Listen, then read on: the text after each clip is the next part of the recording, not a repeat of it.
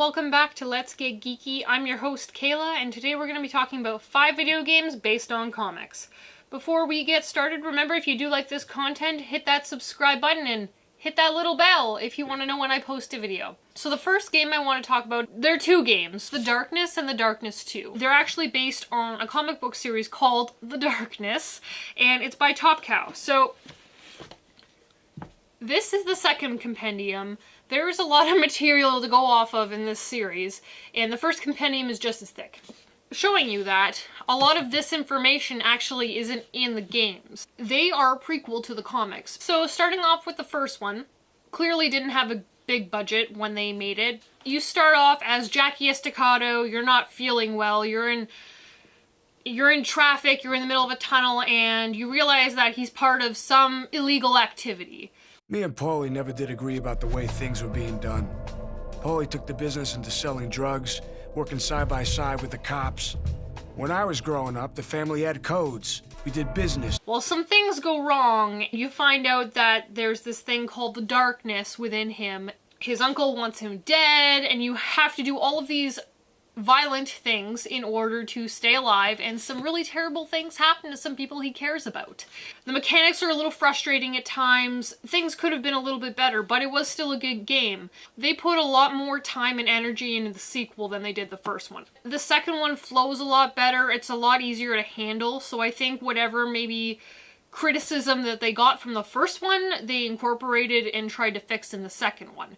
Because the second one, you actually feel powerful and in control, which makes sense from where the second one takes off. But everything is a little bit easier to maneuver. You understand things better. And its art style is a lot better. The first one, I think, tried to be more realistic for what the PlayStation could do at the time.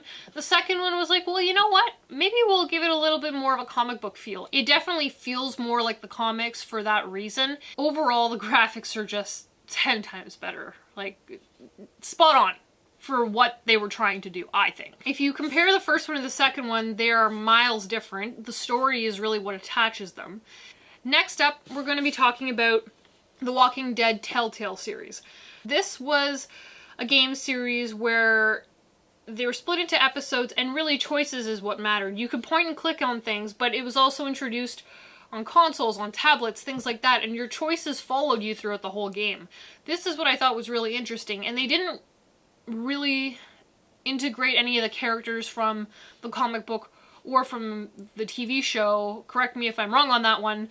But so it was its own story. Still set in the same type of world, but its own story. And for a game about zombies, it's got a lot of feels in it. That season 1 ending, that was rough. Next up, I want to talk about the Injustice game. Now, this one's a little bit different only because they created comics to release before the video game actually came out, so it would generate more hype for it. This is a fighting style, you know, one person versus another person type of beat-em-up game, and I will not claim to be any good at these.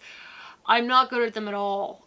This isn't a game that I particularly was interested in, but when it came on PlayStation Plus and I got it for free, I tried it. The story was interesting in this, and I do think that they did well enough, obviously, because they created a second one.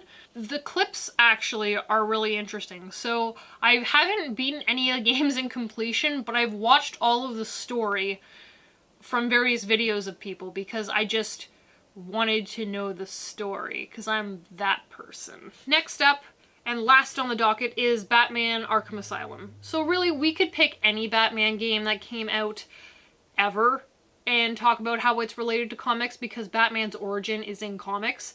But I think Arkham Asylum is really important because it stemmed from when we had the Arkham trilogy. Those games were pretty raw and really interesting. You could explore Arkham as someone who's walking in, and there are little hints and clues and things in the walls and little Riddler trophies talking about things, and I thought that was so cool. I think it's very intriguing to play in that kind of setting where you're on this island, you know, Joker's at it again, and you have to go and try and stop him. I loved it. We saw a new version of Harley in this.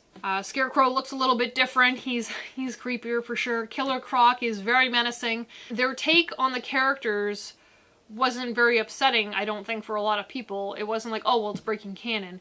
You got a lot of canon characters who stuck to how they would normally act.